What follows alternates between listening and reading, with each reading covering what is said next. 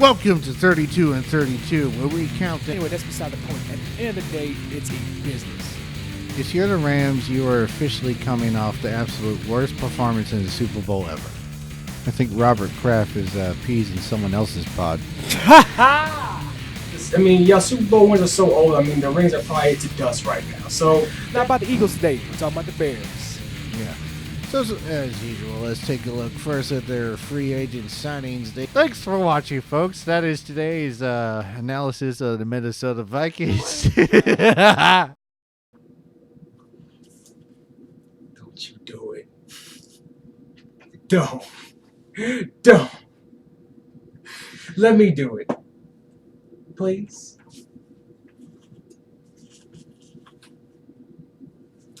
Welcome to 32 and 32. I'm Joshua Perkins. I'm right alongside of me is Mr. John Barons, which we covered 32 NFL teams 32 days before the opening kickoff. And today's team is the Mile High Horsies, Denver Broncos. He thought I was going to scream like he did the last time, but no. No. Denver. Yes, Denver. They're located in Denver, Colorado. Yes.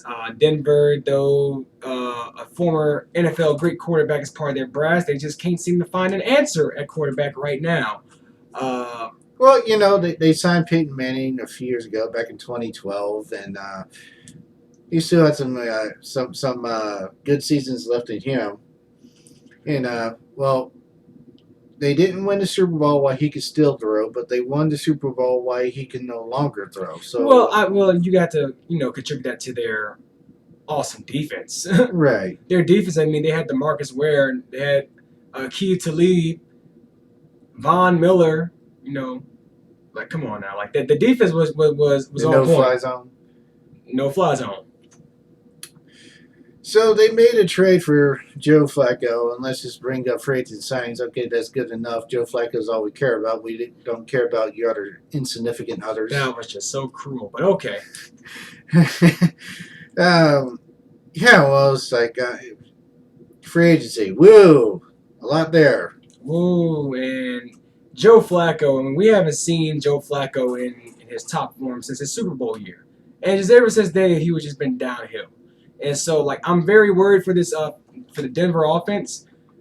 Now, the silver line for their offense is their quarterback, Philip Lindsay, who pretty much came out of nowhere and had a sensational rookie season. So, I feel that with his performance, I feel that he can open things up for an offense that is in desperate need of help. We don't know who's going to be. I mean, I'm pretty sure Drew Lock is not going to be starting as far as the season goes. No. They're going to start with Joe Flacco. He's more experienced. He's a guy that Drew Lock can possibly learn from. But my worry for Joe Flacco is that he could probably go through deja vu. Remember with Baltimore late in the season, he got benched for Lamar Jackson. Well, to start off, Joe Flacco was hurt. But when Lamar Jackson really showed that he can actually lead this offense and the offense can really get in rhythm behind him, well, Coach Harbaugh was like, well, if it ain't broke, don't fix it. And Coach Fangio might do the same thing. But this time, I mean, if Joe Flacco doesn't perform standard and get Denver to where they need to be, Vic Fangio might just go with Drew Lock. Well, I know they drafted Drew Lock because they want him to eventually be able to lock down the position. So damn corny. But yeah. So look, you had me when you showed me the Indianapolis Colts. You had me there, but now it's old with such a young Drew Lock. You will never lock down my laughing meter, okay? I think that poem is worse than mine. But anywho, yeah, Joe Flacco. I don't know. Sometimes he still looks good. Other times you swear he couldn't hit a slab on a meat rack. So, and who does Denver have as a receiver? I mean, outside of a questionably productive Emmanuel Sanders. Don't they still have Cody Latimer? Or did he get traded? That I'm not sure of. All I know is that the Broncos look like or excuse me, John Elway is looking like they're trying to score Peyton Manning 2.0 with Joe Flacco, and I just don't think the Well, first off, Joe Flacco has never been on a Peyton Manning level. He's never played at the level of Peyton Manning at all during his career.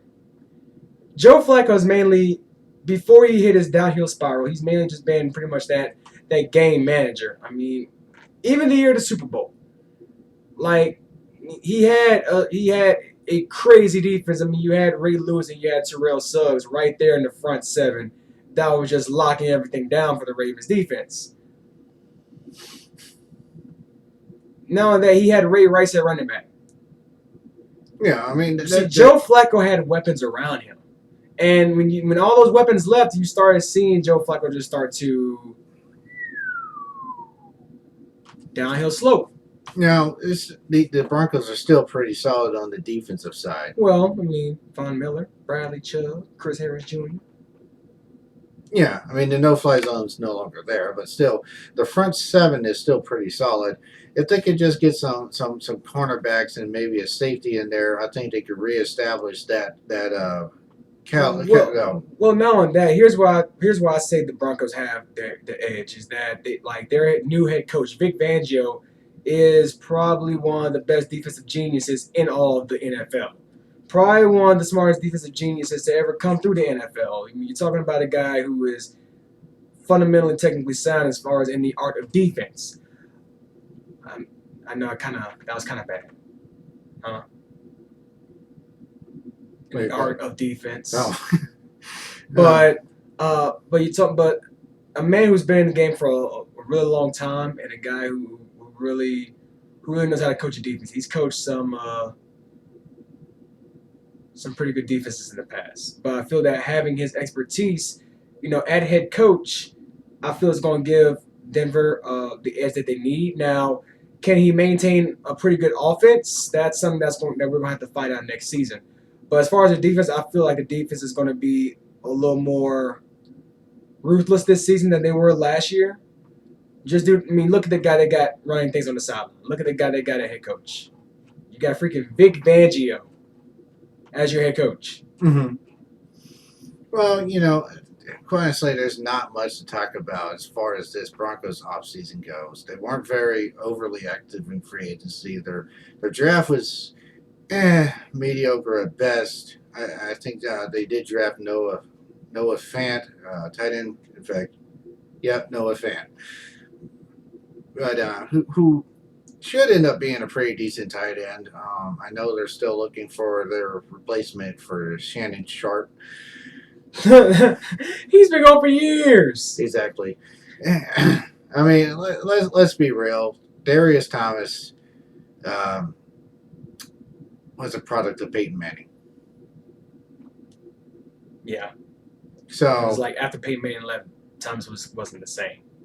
No, neither Thomases were. Demarius nor Darius. They also had Julius Thomas for that's what I was saying. Julius Thomas. Tight end. Julius Thomas. I'm sorry, Demarius Thomas was the receiver. And Julius Thomas, I mean, Julius Thomas at one point was one of the best tight ends in the league.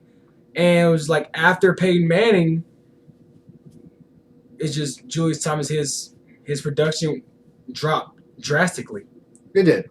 Well, like I said, both Thomases, Demarius and Julius, just drop off dramatically after Peyton Manning left, and he's product of the quarterback.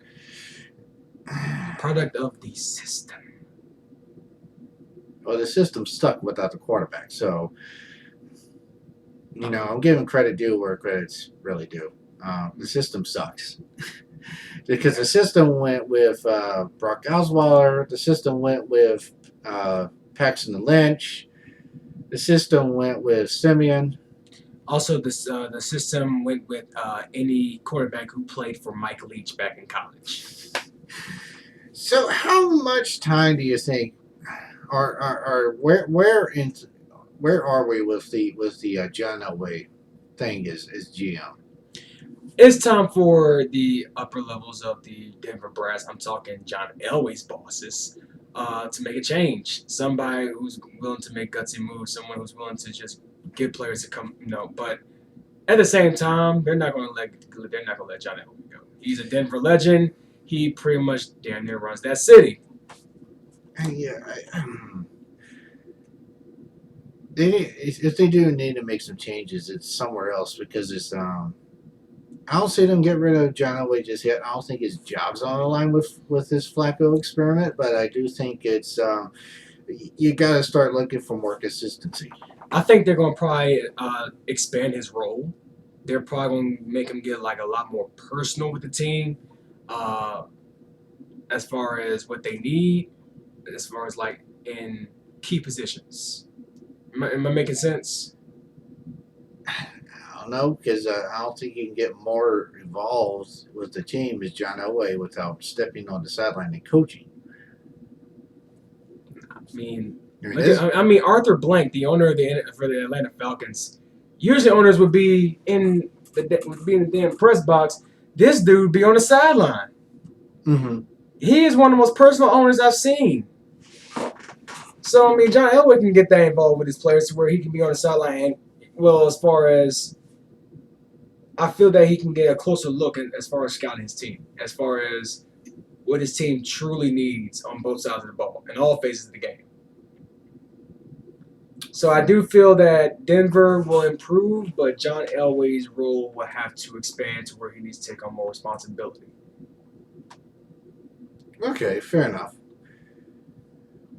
Like I said, the Broncos offseason moves did not impress me that much. Obviously, the newsmaker was a trade for Joe Flacco.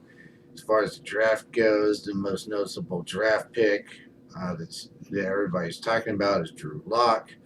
Even though he's third round and there was 2 picks before him, that's all people want to talk about. And Drew Lock's talented, but he's going to be a project. He is going to be a project. I definitely agree with that. I think John Elway is looking at Drew Lock to be the quarterback of the future in Denver. But we're going to find that out in the years to come as far as the NFL draft, since there are going to be more quarterbacks hitting the market in next year's draft, like guys like Justin Herbert, Jalen Hurts, Jake Fromm, Tua Tagovailoa, if he forgoes his senior year. So If he skips his senior year, is that a question? it can be. I mean, Justin Herbert. Justin Herbert for Oregon. At one point, he was like the #1 draft prospect, and then last week he decided to stay another season at Oregon. Okay. So it is possible. I mean, I think Glenn Dorsey. I think he skipped the draft to go into his senior year, Yeah. and he was like what, the #1 defensive tackle at the time in the draft. I think, if I'm not mistaken. Yeah, at the time. Okay. If they want to really experiment with Drew Lock, perhaps they can look to see if he can be a lockdown corner.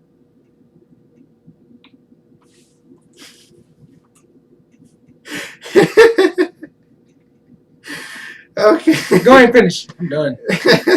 Finish. So that's our analysis of the Denver Broncos, it would appear. It seems like